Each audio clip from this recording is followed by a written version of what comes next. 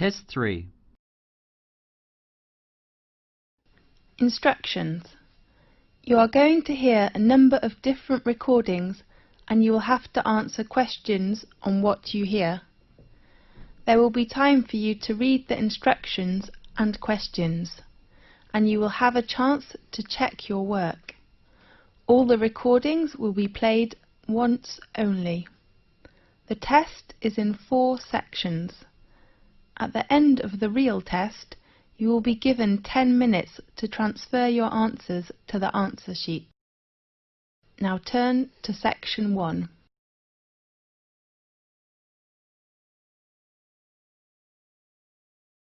Section 1.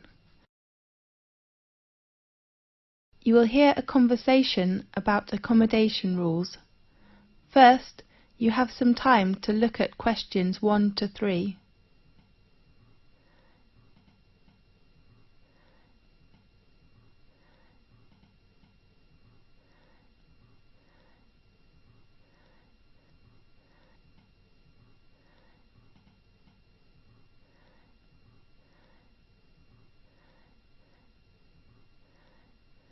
You will see there is an example that has been done for you. On this occasion only, the conversation relating to this will be played first. Good morning, everyone. I'm your accommodation advisor. Well, firstly, welcome to Thomas House, which is one of the most popular accommodations in our university. I will give you an introduction about the house and answer your questions. The name of the house is Thomas House, so Thomas House has been chosen. Now we shall begin. You should answer the questions as you listen, because you will not hear the recording a second time. Listen carefully and answer questions 1 to 3. Good morning, everyone. I'm your accommodation advisor. Well, firstly, welcome to Thomas House, which is one of the most popular accommodations in our university. I will give you an introduction about the house and answer your questions.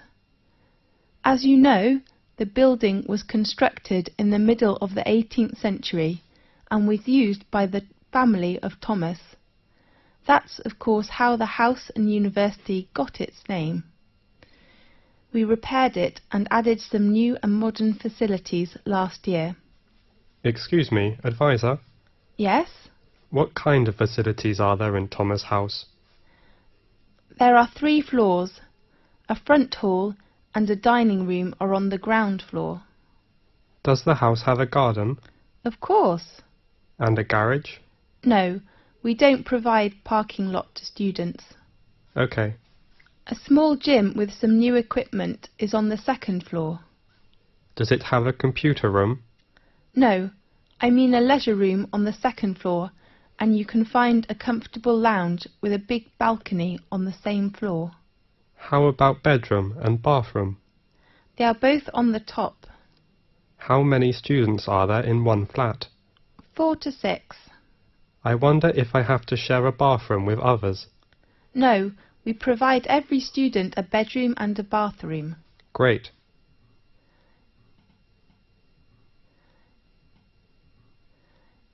Now, look at questions 4 to 10.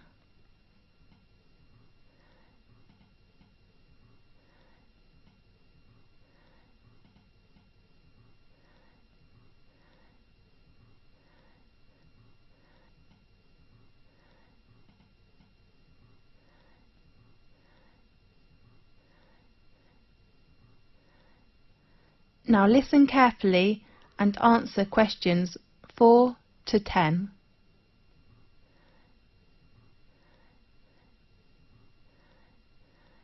There are some rules in Thomas House. Firstly, smoking is not allowed in both your bedroom and the bathroom. Does the house have a smoking section? No, you can smoke on the balcony or outside the house. Advisor, is there a laundry in the house? Of course, laundry room is located on the right corner of the second floor. Sure. But please do not use it after 11 o'clock. Is it free to us? In fact, you don't need to pay any bills which are included in your accommodation fee, but you have to pay laundry fee. How much? We offer 2 coin-operated washing machines. The large one is £2.50 and the small one is £1.60. If the lounge has a time restriction? Definitely. We ask all students to keep quiet and do not make noise after 11 o'clock. We know there is a backyard in the house. Yes. If we can park our car there? No, we do not allow parking in our yard. OK. Could we invite some friends to hold a party in the garden or lounge? We only allow party on weekends. Fine. The last rule is to pay attention to the opening time of the front hall. The door is locked at 11 p.m. and opened again at 6 a.m. in the next morning. Remember to take the front door key when you go out early or come back late. How could we get the front door key? You can go to Residence Office building and get your key in room 101. Sure. Well, any questions? This is the end of section 1. You now have half a minute to check your answers.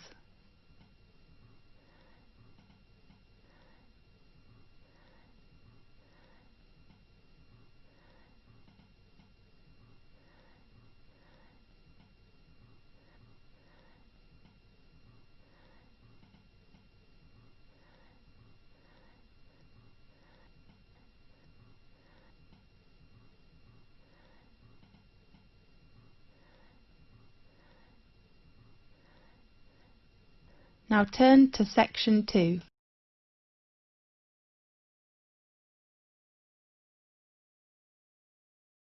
Section 2. You will hear an introduction about sports matches.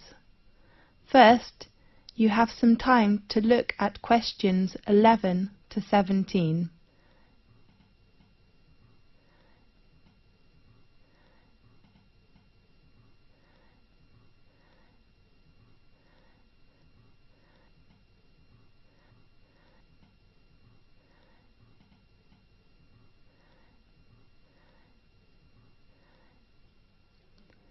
Now listen carefully and answer questions 11 to 17.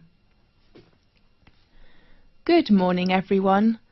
I'm Mary White, the Secretary of the Exciting Sports Club. Welcome to attend Match's arrangement meeting. I know you are looking forward to a great season. Now, I'd like to give you a short introduction to our arrangement in this season. This season, we still have 2 competitions. One is tennis and the other is soccer. Let's start with tennis. There will be 6 teams competition. We hope the players' ages are between 16 and 22 years old. While the number of soccer teams is only 4 in this season, because we hope all players' ages are no more than 20 years old. Now, in this new season there are some changes. The first one is the venue. We will arrange all our matches for both the tennis and soccer competitions in Magic Park instead of Darry Park, which was used last year. Tennis matches will be arranged on Court 2 and Court 4 will hold soccer matches. Our match schedule: all tennis matches will be played on Sunday afternoons. All matches will begin at 2 o'clock. Soccer matches in this season will be played at 7 o'clock on Saturday evenings. The joining fee is still £30, including a new sport gear. We still offer a week of training session before formal match for our new players. There are 2 training sessions at 3 p.m. to 5 p.m.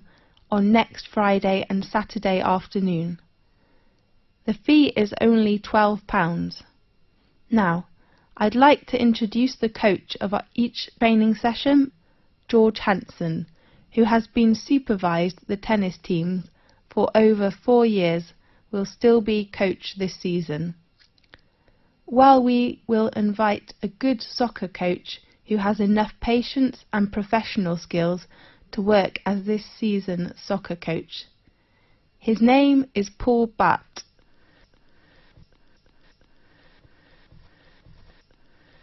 Now, look at questions 18 to 20.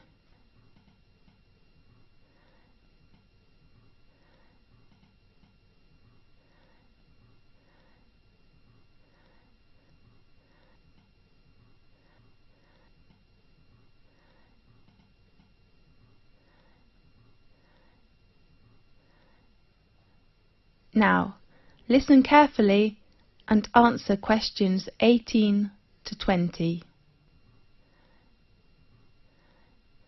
In addition, we offer some activities to thank all players.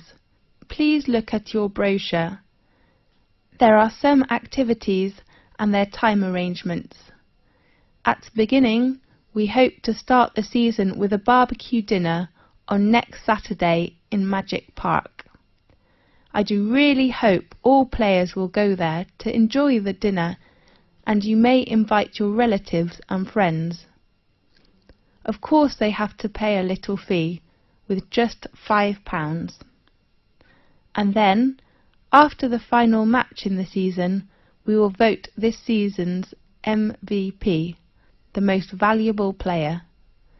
The 2 players from tennis team and soccer team will gain an honour and a prize from our sports centre. This season we hope all players can send a confirm letter to us to ensure our match arrangement. So please write to us before the deadline. It is on Thursday, 18th of April. Our secretary, David Black, is in charge of collecting fees and your letters in this season. His room number is 214 and his phone is 332567. This is the end of section 2. You now have half a minute to check your answers.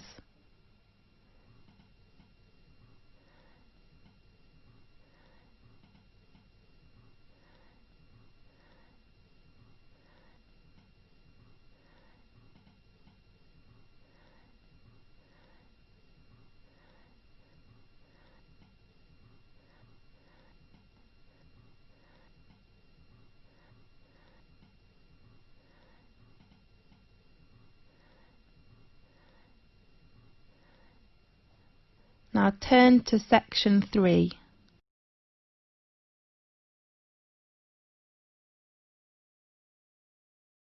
Section 3.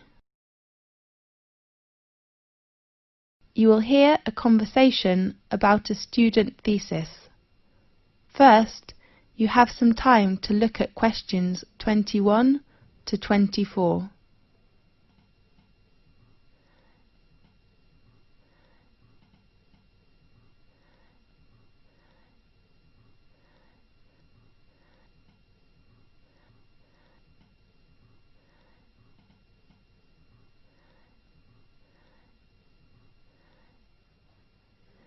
Now listen carefully and answer questions 21 to 24. Come in, please. Good afternoon. Oh, I am sorry. Is it Professor Lee's office room? No, it is room 640. His new room number is 614 on the right of this corridor. Thanks a lot. You're welcome. Come in, please. Good afternoon, Professor Lee. Good afternoon. Come in, please. I remember our tutorial time is at 2 o'clock, right? Really? Oh, I am so sorry. I remember it is at 1:30. So I go to common room to wait for 30 minutes, okay? No, I'm free now. Let's begin. I am so sorry. That doesn't matter. So, how about your work? In fact, Professor Lee, can I get an extension of time to hand in my work? I mean, I hope to extend my thesis deadline. James, you know extension is usually given only for medical or accident reasons. So what's your problem? You have a good beginning with your draft, isn't it right? Yes, well, I'm having too many reading materials to read. Too many? How many? Besides academic journals, I have about 15 books to read next month. I don't think I can finish them. Oh, darling, you do not need to read them all. What do you mean? I mean, you can choose some parts of these books which can help your work. Really? Could you give me some suggestions? Sure.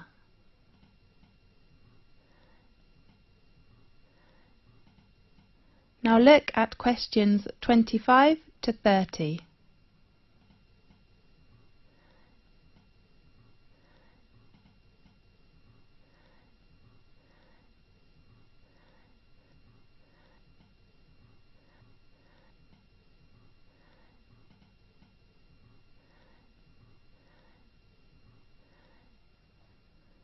Now listen carefully and answer questions 25 to 30.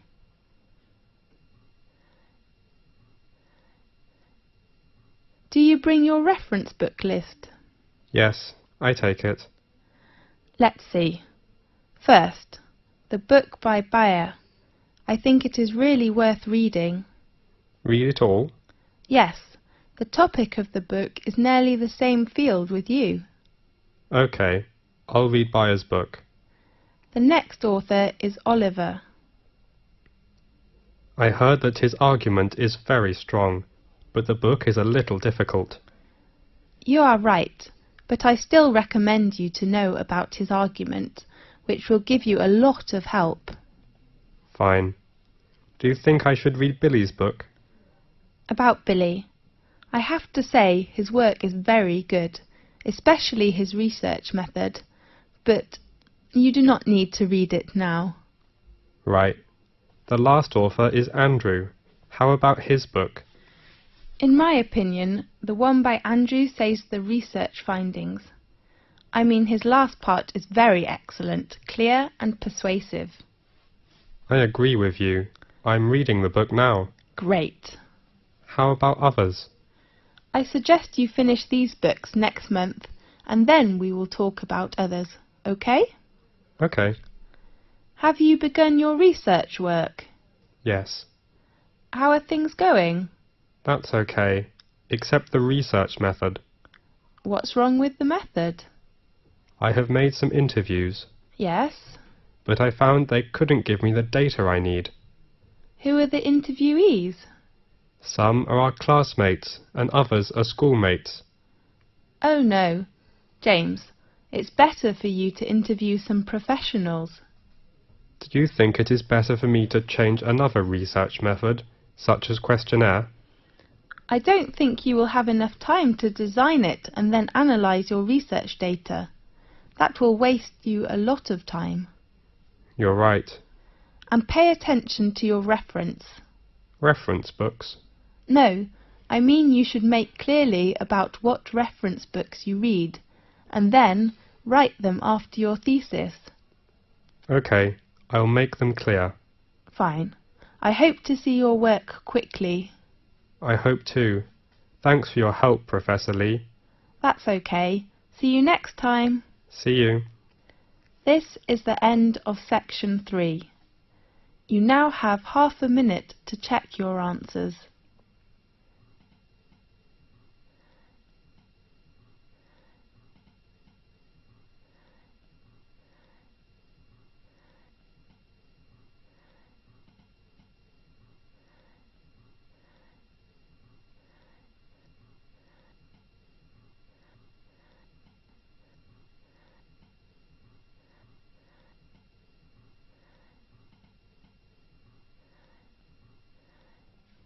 Now turn to Section 4.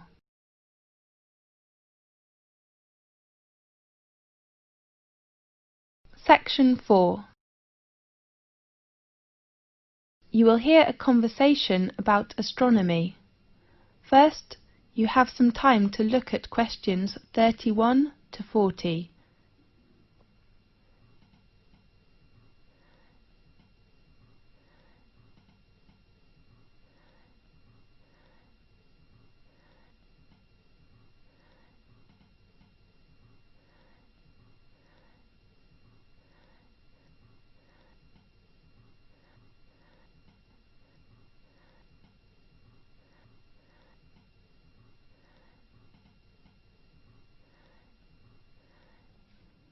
Now listen carefully and answer questions 31 to 40.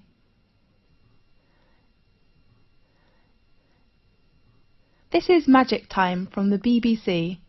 I am Faith. In today's programme we invite a Professor of Astronomy. Welcome, Lewis. Thanks a lot, Faith. What magic information will you introduce to us? We all know the Leonidas in August are coming, so today let's talk about meteors. Good topic. At one time or another, almost everyone has glimpsed a swift little streak of light dashing across the night sky. Nearly everyone makes wishes when they see them and blame both good and bad luck on their presence. Yes, these sudden celestial visitors are meteors. We often call it shooting star.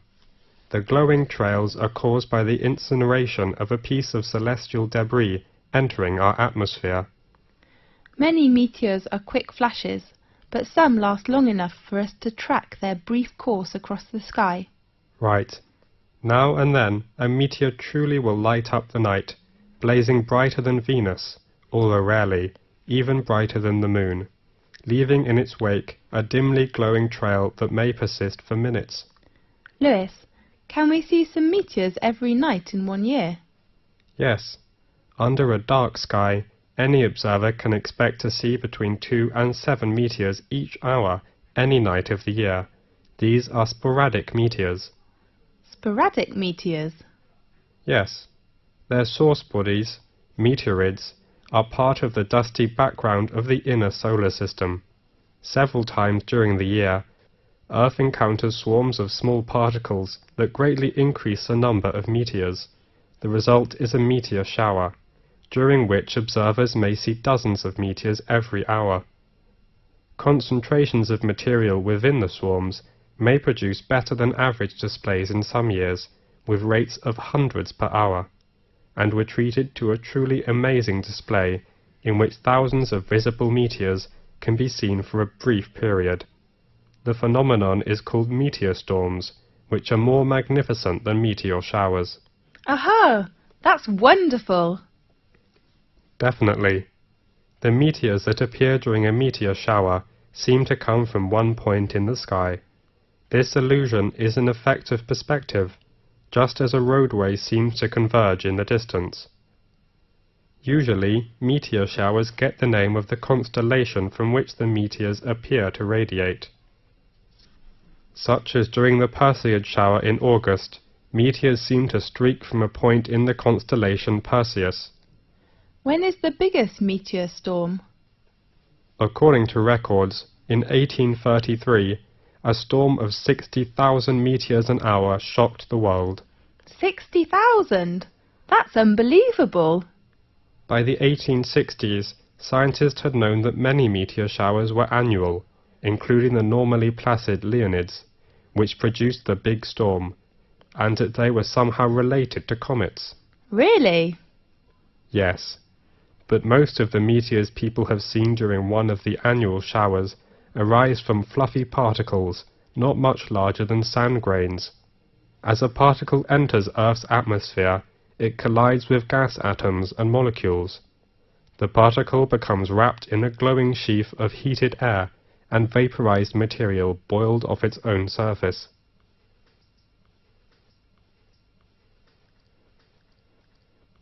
Whether meteor is very near to us when it appears?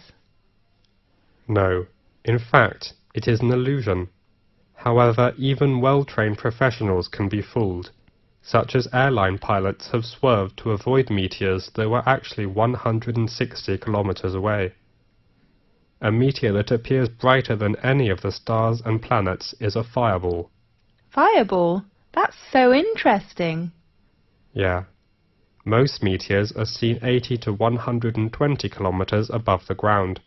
Sometimes someone will claim to see a fireball land on a hilltop, but in fact a real fireball first appears at a height of about 125 kilometers and loses its brightness while still at least 20 kilometers above the ground. Yes. What colours do meteors have? Usually, most meteors look white, but some also appear blue, green, yellow, orange, or even red. What will happen if a meteoroid gets to the surface of the Earth without being completely vaporized? It will be a meteorite. I heard meteorites were long ago thought to be cast down as gifts from angels.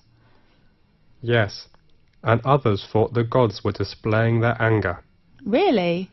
As late as the 17th century, many believed they fell from thunderstorms. They were nicknamed thunderstones. Many scientists didn't believe the accounts of people who claimed to have seen meteors, and some experts were skeptical that stones could fall from the clouds or the heaven. Yes. One of the most significant meteorite events in recent history destroyed hundreds of square miles of forest in Siberia on June the 30th, 1908. According to local witnesses, a ball of fire streaked through the sky and seemed to enter the atmosphere at an oblique angle. It exploded, sending out hot winds and loud noises, and shaking the ground enough to break windows in nearby villages. Small particles blown into the atmosphere lit the night sky for several days. So, nowadays, the prevailing theory holds that a meteor exploded just above the surface. Yes. Most impact craters and basins larger than the meteor crater are heavily worn away or have been buried by rocks and dirt as the Earth's surface changed. At present, Chicxulub Basin, centered in Mexico's Yucatan Peninsula, is the largest one. The diameter of basin is around 300 kilometers. Rock samples obtained by drilling into the basin show that an asteroid struck the Earth there about 65 million years ago. Does that the same period with the dinosaurs disappeared? That's right. Many scientists believe this debris caused climate changes which made the dinosaurs not survive. We do really hope that will never happen again. Right. OK, thanks for watching today's programme. See you next week. This is the end of section 4. You now have half a minute to check your answers.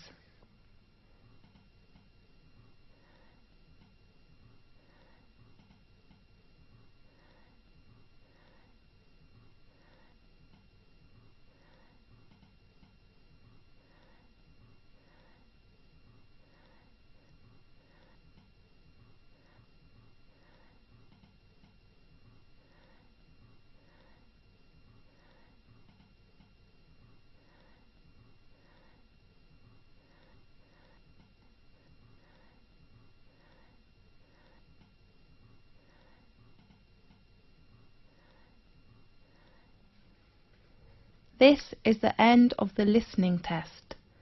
You now have 10 minutes to transfer your answers to the listening answer sheet.